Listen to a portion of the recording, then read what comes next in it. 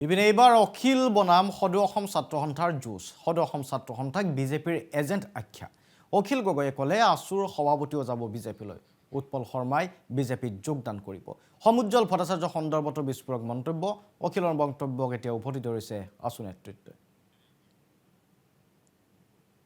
এতিয়া থকা মানুহকেইটা একদম বিৰাট ডাইলগ মাৰিব এতিয়া যিকেইটা থাকিব নহয় সেইকেইটাই ডাইলগ মাৰি থাকিব যে বিজেপি বেয়া এওঁলোক বেয়া ঠাইলৈ গৈছে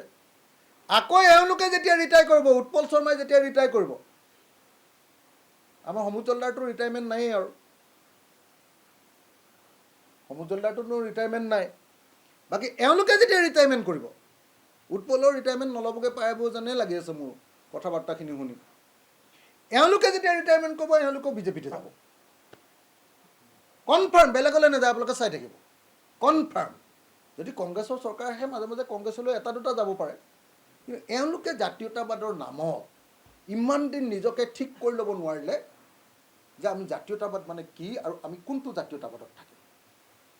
এওঁলোকে মাজে মাজে হিমন্তই কৈ থকা বিদেশী নেখেদো কিন্তু মিয়াক কষ্ট দিম এই জাতীয়তাবাদত বিশ্বাস যদি সেইটো কথা কৈছে এইটো অখিল গগৈ ডাঙৰীয়া এটা প্ৰলাপ আৰু বামপন্থী ভেজাল জাতীয়তাবাদী নেতা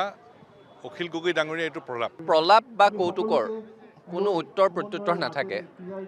গতিকে অখিল গগৈয়ে যিখিনি কথা কৈছে প্ৰলাপ সেইখিনি কথাৰ উত্তৰ প্ৰত্যুত্তৰ একো নাথাকে মই দেখিছোঁ কালি তেওঁ ক'ৰবাত কৈছে উৎপল শৰ্মাৰ বিজেপিৰ সৈতে মিতিৰালি আছে বুলি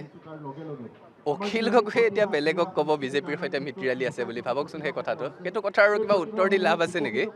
বিজেপিৰ সৈতে কাৰ মিতিৰালি আছেতো অসমৰ ৰাইজে জানে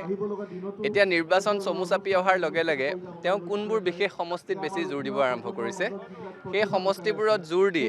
সেই সমষ্টিবোৰৰ ভোট বিভাজন কৰি তেওঁ কাক প্ৰকাৰান্তৰে সহায় কৰিব বিচাৰিছে সেই কথাবোৰ অসমৰ ৰাইজেতো বুজি পায় আৰু সময়ত আৰু বুজি যাব অখিল গগৈ হৈছে এটা কৌতুকৰ নাম আৰু তেওঁক মই জাতীয় কৌতুক বুলিও এইকাৰণে ক'ব নোৱাৰোঁ কাৰণ তেওঁৰ জাতীয়ৰ ধাৰণাটো আমাৰ সৈতে নিমিলে তেওঁ কি বুলি কয় যে ভয়াৰ্ত সংখ্যালঘু মহিলা এগৰাকীয়ে যদি তেওঁক সাবটি ধৰে তেওঁক নিৰাপত্তাৰ চুমা এটা যচাটো তেওঁৰ জাতীয় দায়িত্ব